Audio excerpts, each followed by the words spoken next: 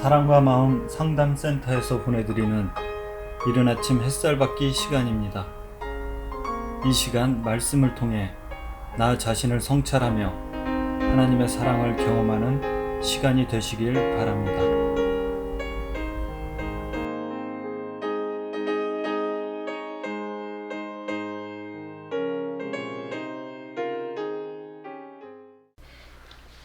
이른 아침 햇살 받기 시간입니다.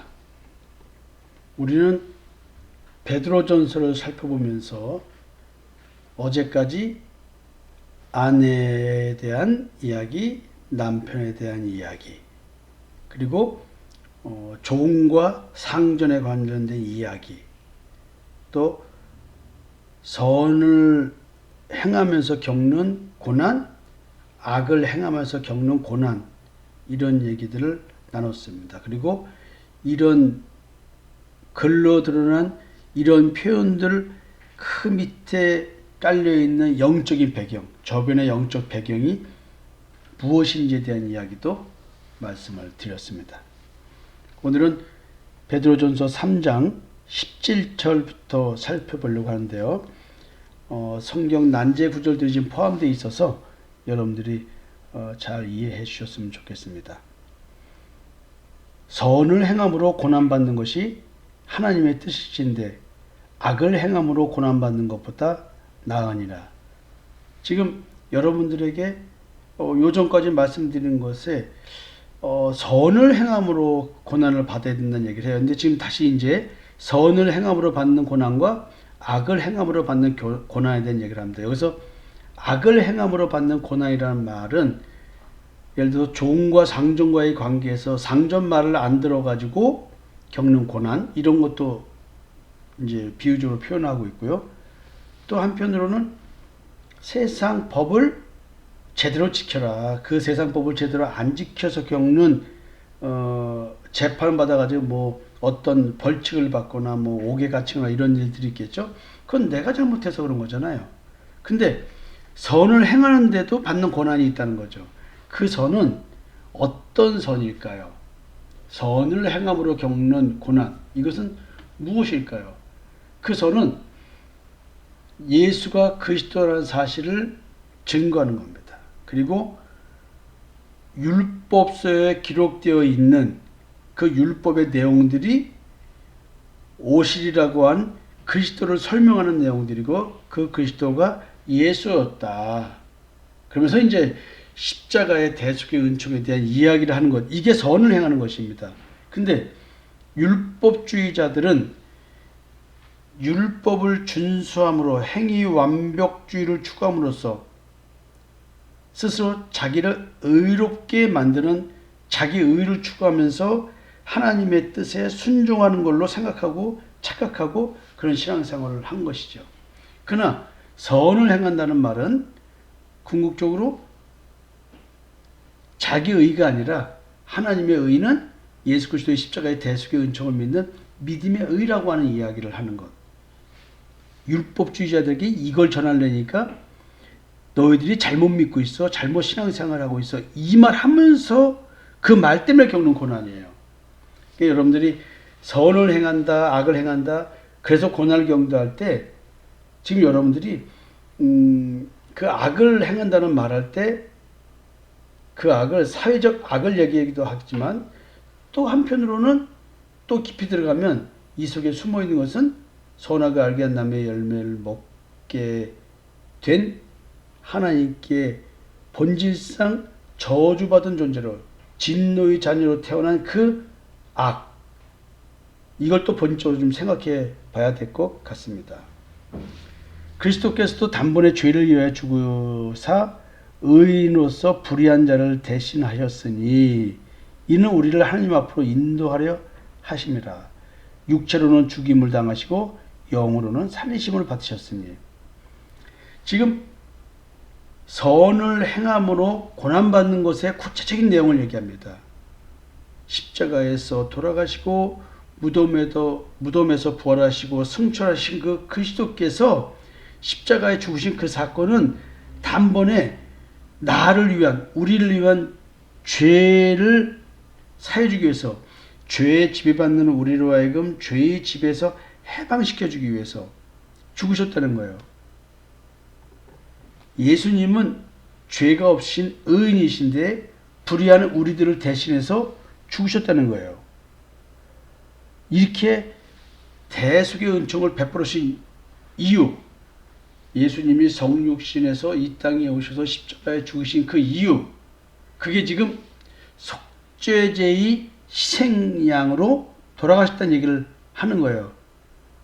나 대신 내가 불의한 자인데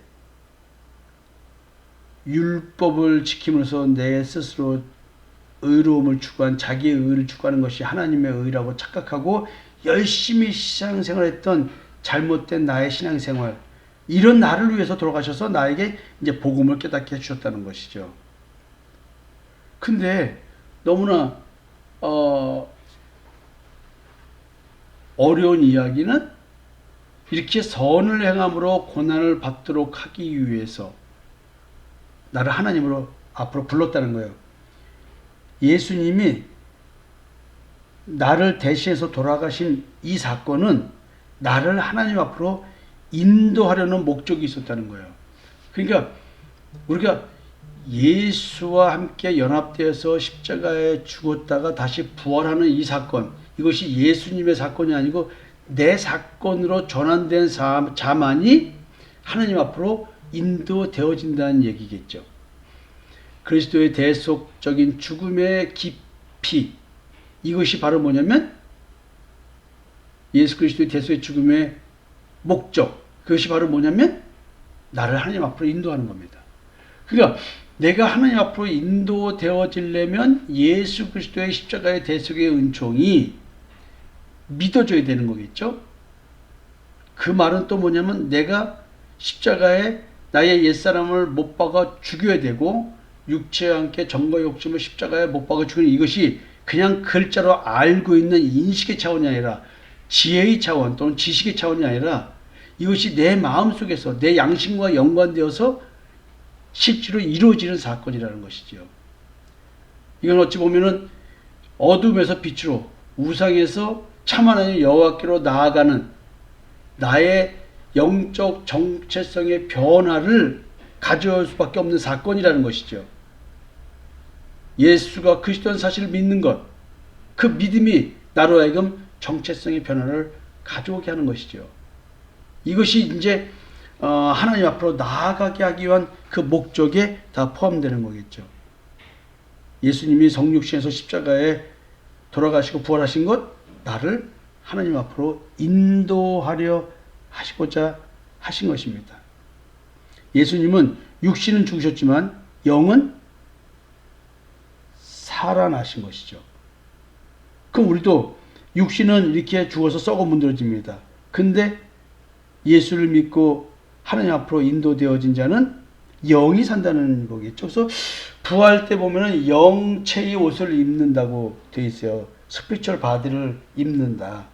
죽어봐야 아는 거지만 우리는 성경에서 죽음 이후의 세계에 대한 얘기, 우리 존재에 대한 얘기를 하고 있습니다. 근데 그런 거는 우리가 또 신경 쓸 일이 없는 게 오늘 내 신앙이 올바르다면 나는 그것은 자동적으로 그것이 이루어지는 거니까. 예수님이 부활하신 것, 그것은 십자가에 죽으시고 부활하신 것, 나를 하나님 앞으로 인도하려 하려는 것이죠. 그럼 우리가 여기서 생각해 볼 것은 나는 지금 하나님 앞으로 인도되어진 자로서 신앙생활을 하고 있는가, 이런 생각을 좀 해봐야 되겠죠. 교회에 나온다고 하나님 앞으로 인도되었다고 생각하지 마십시오. 자, 이어서 19절 보겠습니다. 그가 또한 영으로 가서 옥에 있는 영들에게 선포하시니라. 이게 성경 난제 구절이죠. 육신으로 가서 나타난 것이 아니라 영으로니까 어찌 보면은 그리스도의 영이라는 표현이 있죠. 또 그리스도가 하늘로 승천하시고 대신 예수님 대신 오신 분이 성령인데 그 성령을 말하실까요? 여기서 말하는 영이 무엇을 말할까요? 근데 영어로 보면은 대문자 스피셜 때 있는 거 보니까 성령을 말하겠죠. 성령으로 옥에 있는 영들. 그러니까 어떤 영적인 어떤 장소가 있는 건지 모르겠어요. 근데 뒤에 이어지는 말들은 노아의 방주 사건을 얘기를 하면서 이 이야기가 나온 거 보니까 지금 이것은 노아 때 죽은 자들에 대한 이야기인지 아니면 또 십자가의 죽음과 부활을 통해서 성령 세례를 주신 그것과 연결돼서 얘기하는 거 보면 또 시대를 초월해서 다른 의미로 또 전환되고 있습니다. 자, 요 얘기를 옥에 있는 영들에게 선포하시니라라고 하는 이 성경 난제 구조에 대해서 뒤에 이어지는 말씀을 가지고 좀 얘기 좀 해볼게요. 그들은 전에 노아의 날 방주를 준비할 동안 하나님이 오래 참고 기다리실 때에 복종하지 아니하던 자들이라. 방주에서 물로 말미암아 구원을 얻은 자가 몇 명뿐이니 겨우 8명이라. 방주에 타라고 한 것이죠. 근데 전부 다 홍수가 올 거를 믿지 않았던 자들, 그들이 옥에 갇혀있는 영들이라는 것이죠. 그리고 나서 또 이어서 말합니다. 물은 그때 방주에 탄 8명 이외에 나머지를 다 생명체를 죽여버린 그 물은 예수 그리스도께서 부활하심으로 말미암아 이제 너희를 구원하는 편이 곧 세례라. 이것은 세례받음에 대한 표현이라는 거죠. 세례는 죽이는 거예요. 다른 사람들은 다 죽이고 방주에 탄 자만 사는 거예요. 그러니까 십자가의 죽음을 세례라고 표현하잖아요. 그러면서 하는 얘기가 이 세례가 노아의 홍수가 뭘 의미하냐면 세례를 의미하는데 이게 이런 뜻이에요. 육체의 더러운 것을 제어버리며 아니요 하나님을 향한 선한 양심의 강군이라. 그냥 결국 노아의 홍수, 방주, 물, 세례 이런 것들은 십자가의 죽음과 부활을 의미하고 결국 악한 양심이 선한 양심으로 바뀌는 것에 대한 얘기를 좀 하고 있죠. 육체의 더러운 것이 제어버림이 아니요. 지금 육체의 더러운 것이 제어버림이 아닌 것은 removal, 그러니까 그 과일 껍데기를 깎아 버리는 것 같은 느낌이거든요. 근데 더러운 것이 우리에게서 잘라져 나가는 것이 아니라 육신은 그대로 있는데 내 양심의 문제가 바뀌는 거예요. 굉장히 어려운 영적인 얘기거든요. 근데 여러분들한테 이 말씀을 좀 많이 드렸으니까 여러분들이 좀 이해가 될 것 같은 생각도 드는데요. 내 속에 있는 죄가 잘라져 나갈까요? 육체의 더러운 것, 또 나 자신의 존재를 가리기 위해서 자기의 의의 옷을 입는 것, 이런 존재인 나.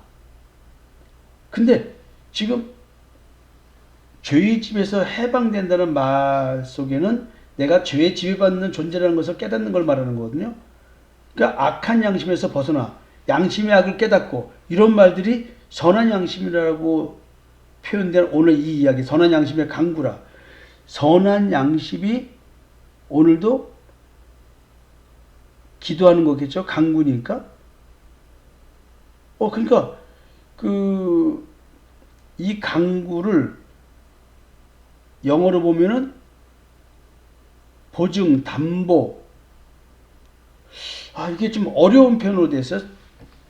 선한 양심, 그 하나님을 향한 선한 양심의 서약이다, 맹세다, 증거다, 이렇게 얘기를 해요. 뭐가? 세례가. 그러니까 성령 세례를 받는다는 얘기는 성령으로 내 마음속에 있는 죄를 다 불태워버리는 거겠죠. 그렇지만 우리가 오늘 악한 양심에서 벗어났다고 해서 내가 악한 존재, 즉 자기의 의를 추구하면서 착각하는 신앙을 가진 나를 속이고 있는 그런 존재가 아니라는 건 아니에요. 그런 존재임에도 불구하고 내가 이걸 알았기 때문에 예수 믿는 믿음으로 산다는 얘기죠. 오늘도 참 어려운 얘기입니다. 이게 나중에 또 오시면은 좀 더 구체적으로 더 설명을 드려드릴게요. 이게 옥에 있는 영이라는 말이 노아의 홍수 때에 방주에 들어가지 않는 자, 이런 사람들을 옥에 갇힌 영이라고 말하고 다시 이것을 세례로 가져왔으니까 결국 세례는 다 죽이는 거예요. 방주가 교회라고 한다면 이거 사실 뭐냐면 예수 믿는 믿음 안에 있는 자거든요. 그러니까 믿음 안에 있지 않는 자들은 다 죽는 거예요. 그리고 육체의 더러운 것을 제어버림이라 할 거예요. 세례는 또 그리스도의 할례라고 그래요. 그리스도의 할례라고 하는 것은 몸에 하는 할례니까 그건 손으로 하는 할례고, 손으로 하지 않은 예수가 해주시는 할례, 그 십자가의 죽음이에요. 세례는 십자가의 죽음을 말하는 거예요. 십자가의 죽음을 통해서 우리는 선한 양심을 가지고 하나님께 나가는 거예요. 그래서 히브리서에서는 양심으로 하나님을 섬긴다고 말하는 거예요.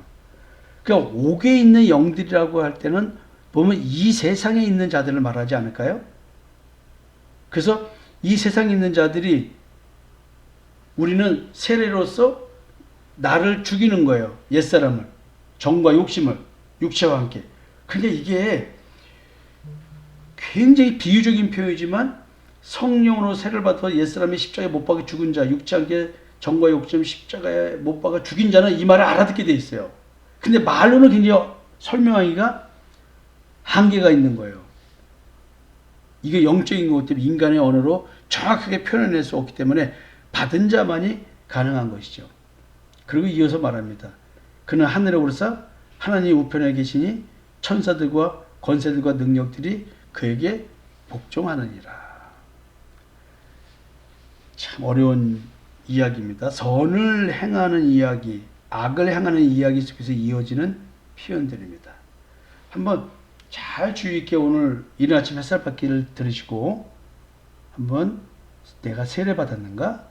내가 하나님을 향해서 내 선한 양심이 그 강구하는 내 선한 양심이 지금 하나의 증거가 되고 있는 거예요. 그 여러분들이 양심에 대해서 예수 그리스도의 피부름의 역사가 없다고 한다면 깨달을 수가 없어요. 자기 의와 믿음의 의를 구분하지 못하면 이 악한 양심과 선한 양심에 대한 이야기, 이걸 제대로 표현하거나 느낌을 가져갈 수가 없어요. 오늘 성령의 역사로 이런 것이 깨달아지는 하루가 되었으면 좋겠습니다. 내일 뵙겠습니다.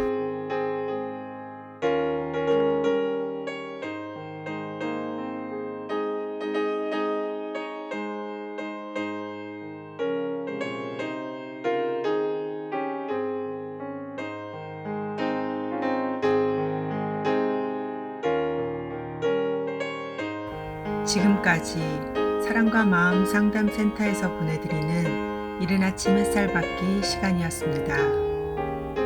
오늘의 말씀을 통해 세상을 이길 수 있는 믿음 안의 삶을 누리시는 여러분이 되시기를 기도합니다.